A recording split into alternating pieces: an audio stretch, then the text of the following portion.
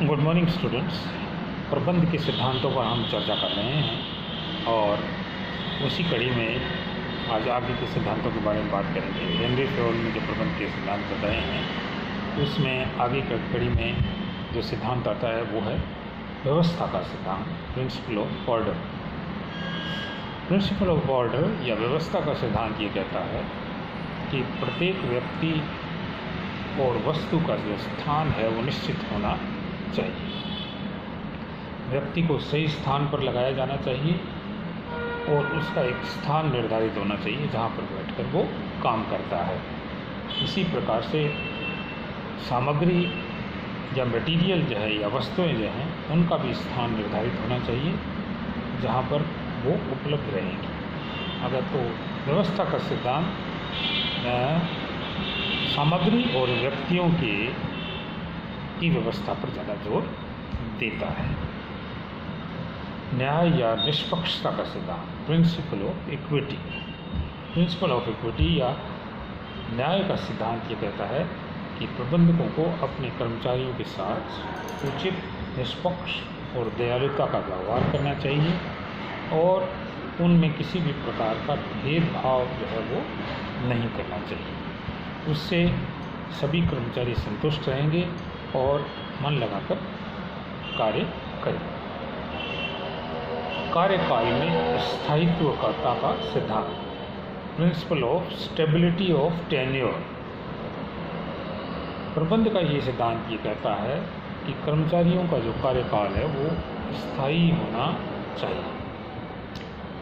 उनका बार बार स्थानांतरण नहीं होना चाहिए और जिस जगह उनको लगाया जाता है उस कार्य को सीखने में और उसकी विधि उससे परिचित होने में उन्हें समय लगता है। तो इसकी बचत करने के लिए बार बार नई जगह पर लगाने पर हर कार्य को व्यक्ति को सीखना पड़ता है, उसमें समय लगता है। तो इससे बचने के लिए व्यक्ति का कार्यकाल स्थायी होना चाहिए और बार बार उसको की जगह जो है वो बदलनी नहीं चाहिए।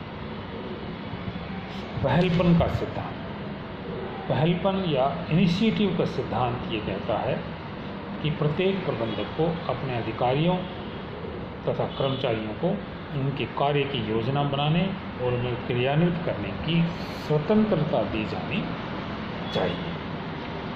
इससे कर्मचारियों की सृजनात्मक क्षमता का विकास होगा और उन्हें संतुष्टि प्राप्त होगी। जिम्मेदारी की भावना का विकास भी उनमें होगा, पहलपन की भावना का विकास भी होगा।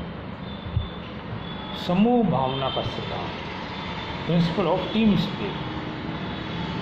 प्रबंध की सफलता के लिए प्रबंधकों को अपने कर्मचारियों में समूह भावना और एकता की भावना का विकास करना चाहिए। टीम स्पिरिट अगर होगी तो सभी लोग अच्छे ढंग से काम करेंगे, मिलजुल कर काम करेंगे और संस्था के उद्देश्यों को प्राप्त करने में हमें सफलता प्राप्त होगी। प्रबंधकों को जब भी समय मिले कर्मचारियों और अधीनस्थों के साथ प्रत्यक्ष रूप से, मौखिक रूप से संदेशों का आदान प्रदान करना चाहिए और औपचारिक रूप से लिखित संदेशों का आदान प्रदान कम करना चाहिए, जिससे उनमें समूह भावना का विकास होगा। हेनरी फेयोल के ये जो सिद्धांत हैं इसके बारे में ये अंतिम नहीं है। इसके साथ साथ प्रबंध के कुछ और भी महत्वपूर्ण सिद्धांत हैं जिनके बिना की चर्चा किए बिना हमारा ये टॉपिक पूरा नहीं होगा। हेनरी फेयोल ने खुद ने भी ये माना था कि प्रबंध के सिद्धांत ये एक उदाहरणीय सूची है, एग्जाम्पलरी लिस्ट है। इसमें हम और भी सिद्धांतों को जोड़ सकते हैं। तो कुछ और महत्वपूर्ण सिद्धांतों के बारे में भी हम चर्चा करेंगे और ये चर्चा हम नेक्स्ट वीडियो में करेंगे। धन्यवाद। जय हिंद।